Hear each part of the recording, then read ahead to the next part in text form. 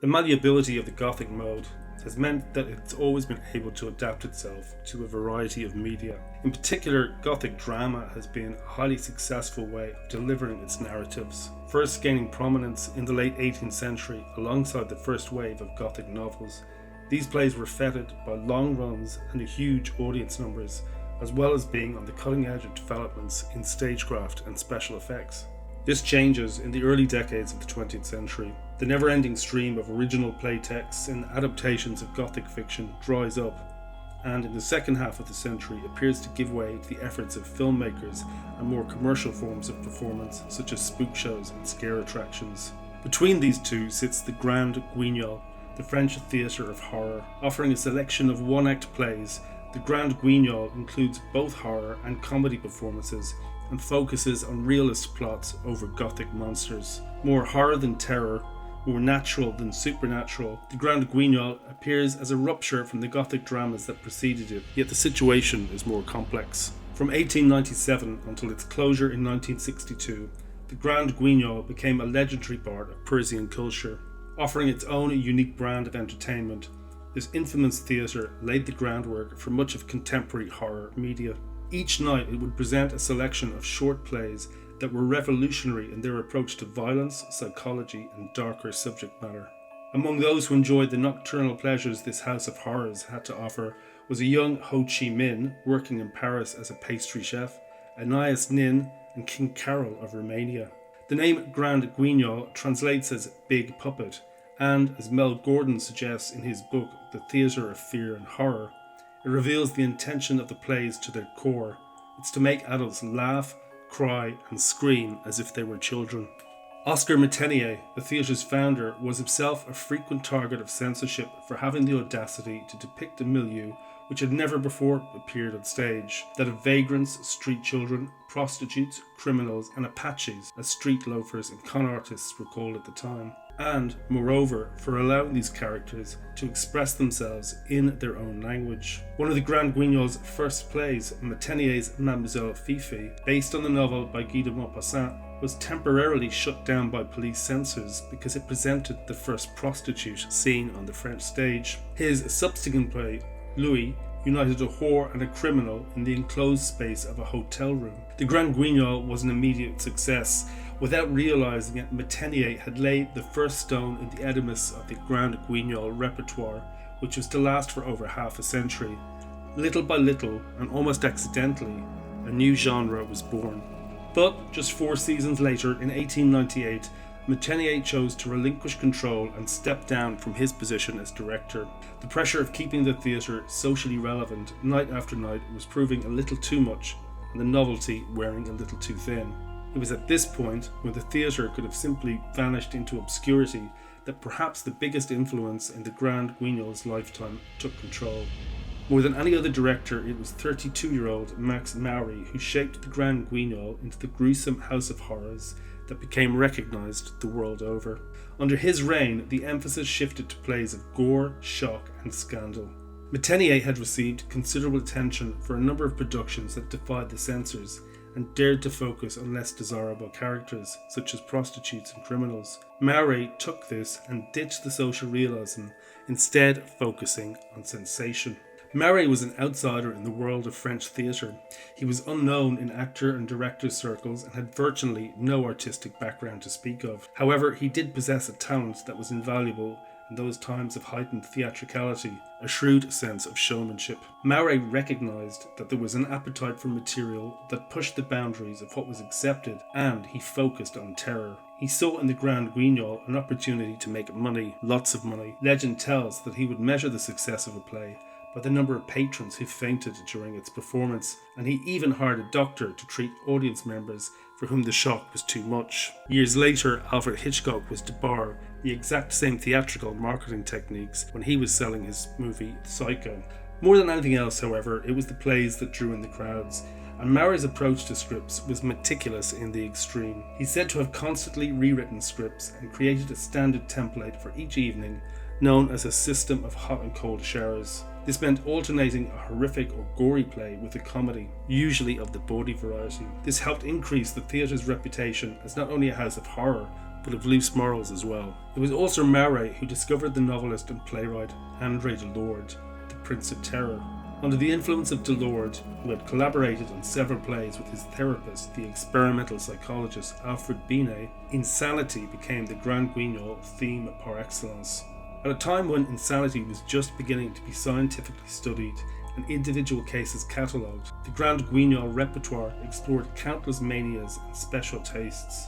André Delorde and Leo March's The Man of the Night, for example, presented a necrophiliac who strangely resembled Sergeant Bertrand, a man sentenced in 1849 for violating tombs and mutilating corpses. The Horrible Passion, a play by André Delorde and Henri Boucher, depicted a young nanny who strangled the children in her care. Like Métainier, Delorde was often a target of censorship, particularly in England, where scheduling touring productions of two of his plays were cancelled by the Lord Chamberlain's censors. It seemed the theatre of the time, which delighted in vaudeville and bourgeois setting, could not abide the sight of blood or corpses on stage. After 16 successful years, Marais retired. He had transformed the theatre into one of the biggest attractions in Paris and pushed numerous boundaries. Needless to say, his successor, Camille Choisy, had large shoes to fill. Choisy was perhaps initially an odd choice, having primarily worked as an actor. However, he had spent most of his career performing in theatres throughout Paris and had developed an in-depth knowledge of stagecraft. He was director of the theatre from 1914 to 1930, and he used his experience to push the Grand Guignol towards more elaborate staging and special effects. While the text was still integral and core to the Grand Guignol style, suddenly more stylized sets and lighting were being employed. Choisy even supposedly once brought a fully functioning operating theatre as the set for a new play. He also rarely edited the text of the plays, usually only doing so following audience response, allowing him to retain the services of playwrights for far longer than his predecessor. The argument has been made that the Grand Guignol might seem tame after World War I, compared to the horrors that had been unleashed on the world between 1914 and 1918. Yet this didn't appear to worry Choisy. Whereas swords, daggers and strangulation had been the order of the day pre-war, Choisy now encouraged his writers to let their imaginations run wild when it came to scenes of death and destruction. During his productions, characters were dissolved in acid, electrocuted, blown up, and even eaten by punas. These effects involved a vast array of complex trickery, and audiences delighted in this new angle to the theatre, attempting to spot the illusion. However, these more elaborate methods of murder forced the staging to finally move away from an emphasis on naturalism and realism. It was during this era that the heightened sense of reality which had been threatening to develop in the performances was finally allowed to come to the forefront, and the Grand Guignol became a style all of its own. Perhaps the most publicised addition, however, was the hiring of actress Paula Maxa, known simply as Maxa, and nicknamed the most assassinated woman in the world. She became known primarily for her victim roles and was reputedly killed on stage some 10,000 times in at least 60 different ways.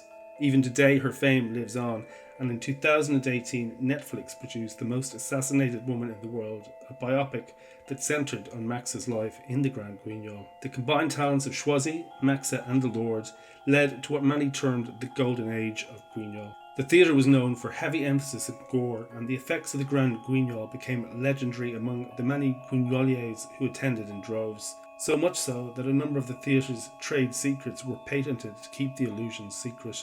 Legend has it that the theatre's last director, Charles Nonon, personally mixed 9 different shades of blood every day.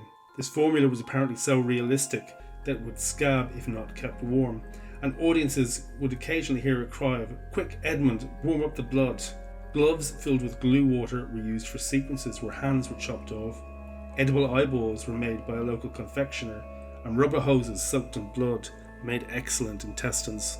Yet, so soon after the theatre's heyday, its downfall began. Much of the blame for this sudden turn of events has been placed on a man called Jacques Juvin, who served as director from 1930 to 1937. Juvin, who had obtained his influence at the theatre through buying shares, clearly had his own vision for the theatre, and regularly butted heads with Choisy. After several unhappy years working together, Choisy left and set up a rival, but this would not prove to be a success. Juvin then targeted Maxa and fired her, supposedly as he felt she was stealing too much of the limelight. Juvin used very few of Delorde's scripts and shifted the focus away from physical violence, instead crafting more psychological suspense dramas with sexual overtones than plays of extreme horror. A large number of these were written by Juvin himself, but despite his best efforts, it was all to no avail. Audiences began to wane, and aside from American troops and students, it received very little attention. Following Jouvin, it seemed like there still might be some life left in the theatre. Eva Bergson, Jouvin's successor, was able to coax Maxa back, as well as introduce a seemingly winning formula of bawdy humour and contemporary horror plays. However, as Nazi forces invaded France, Bergson had no choice but to flee to Britain. Meanwhile, Choisy returned to the Grand Guignol and kept the theatre running during the Nazi occupation. It remained popular during the war, mainly among the occupying forces. Indeed, Hermann Göring was known to enjoy the shows, despite the theatre's performances being a prime example of so-called degenerate art. After the war, the theatre continued to put on shows. Choisy passed away shortly after the conflict ended, but Bergson, along with her husband, was able to return and recommence management. Despite continuing for another 17 years, most histories of the Guignol in this period depict the theatre as having fallen from grace, limping steadily along but never quite reaching the heights of its earlier glory years. The theatre would have several more directors in this period, though none seemed able to recapture the earlier magic. Between 1954 and 58, feminist crime writer Raymond Machard used a selection of younger contemporary writers in an attempt to modernise a form that had become increasingly old-fashioned and dated. But the world outside was changing, and horror movies were becoming more violent and graphic. It seemed like the writing was on the wall. In 1962, after terrifying audiences for decades, the theatre would finally close its doors. Musing on its demise, the Grand Guignol's last director, Charles Nonon, famously declared, "We could never compete with Buchenwald." Before the war, everyone believed that what happened on stage was purely imaginary. Now we know that these things, and worse, are possible. Yet the irony was that as it closed its door in 1962, its influence was only to grow and grow. As an antecedent of so much of the horror movie genre, the Grand Guignol played a vital role in the development of not just horror cinema, but of all its offshoots, psychological drama, film noir, and so on. The paradox was that as it died, its influence was only to grow and grow.